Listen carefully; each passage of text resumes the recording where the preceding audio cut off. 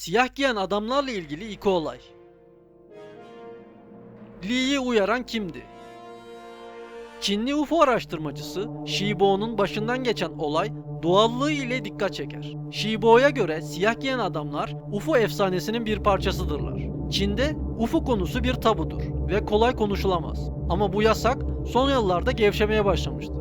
Xi'nin 1983 yılında ABD'de yayınlanan Çin ve Dünya Dışı Yaratıklar adlı kitabında Yangguan'da yaşayan 6 yaşındaki bir erkek çocuğu olan Li Jingyang'ın öyküsü anlatılır. Çocuk 1963 yılının Mayıs ayında bir UFO görmüştür. Cismi gökte asılı duran parlak, gümüşü bir disk olarak tanımlar. O esnada sokakta arkadaşlarıyla oyun oynamaktadır ve henüz olayın farkında değildir. Birden yanında uzun boylu, zayıf ve siyah giysili bir adam belirir. Lee'yi durdurur ve parmağını göğe uzatarak UFO'yu gösterir. Çocuk merakla cismin ne olduğunu sorunca garip adam bunu asla kimseye söylemeyeceksin der. Sonra uzaklaşıp gider. Lee diğer çocuklar gibi olayı tabii ki herkese anlatır. Tüm çocukların anlattığı ortak yön adamın hareketlerinin garipliğidir. Adam bir robot gibi mekanik hareketler yapmıştır. Sesi çok gariptir ve Lee adamın konuşurken dudaklarının oynamadığını söyler.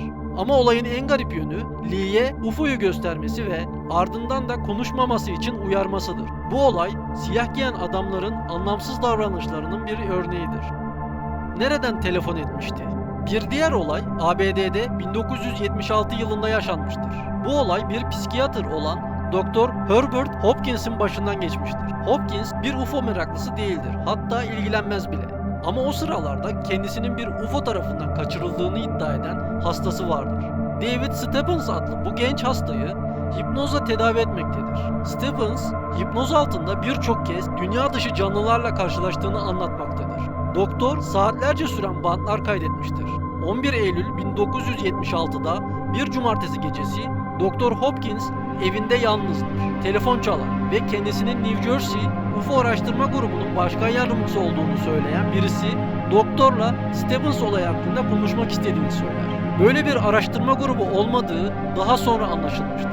Doktor önce itiraz eder ama sonra hastanın kimliğinin bu kadar açık bilinmesinden etkilenerek konuşmayı kabul eder. Telefondaki kişi ziyarete geleceğini söyleyerek telefonu kapatır.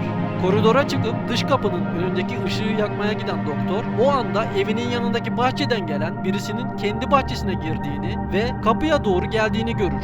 Durumu iyice garipseyen Hopkins her şeye rağmen merakına yenilmiştir. Kapıyı açar ve o anda karşısına gelen adamdan az önce telefon eden kişi olduğunu öğrenir ve onu içeri davet eder.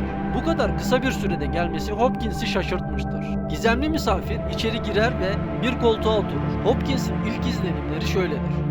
Adamın üzerindeki her şey çoraplarından kafasındaki fötr şapkaya kadar siyahtır. Şapkanın kenarlarından göründüğü kadarıyla saçsızdır.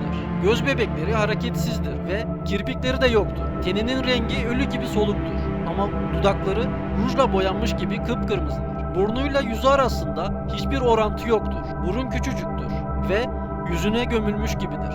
Çenesi içeri çekik, omuzlarını kasarak öne eğmiş biçimde oturmaktadır. Kısacası Hopkins karşısında garip bir şeyin oturduğunu anlar. Yabancı, monoton ve mekanik bir sesle konuşmaya başlar. Sesinden hiçbir tını veya vurgu yoktur. Amacının Stephens olayı hakkında doktorla görüş birliğine varmak olduğunu söyler. Birkaç cümle sonra doktor konuşmanın gidişatından rahatsız olur. Adam kendisine hastasıyla ilgili bilgi vermek yerine daha çok Hopkins'in neler bildiğini veya neler öğrendiğini soruşturmaktadır. Birkaç dakika süren gerilimli bir konuşmanın ardından siyah giyen adam cebinden gri renkte eldivenler çıkarır. Onları giyer, elinin tersiyle dudaklarını ikide bir de silmektedir. Eldivenleri ve yüzü kırmızıya bulanmıştır. Yani ruju bulaşmaktadır. Hopkins o anda adamın dudaklarının da olmadığını fark eder. Ağzı bir yarık gibidir. Rujla boyanmasının nedeni ağıza benzetilmek istemesi yüzündendir.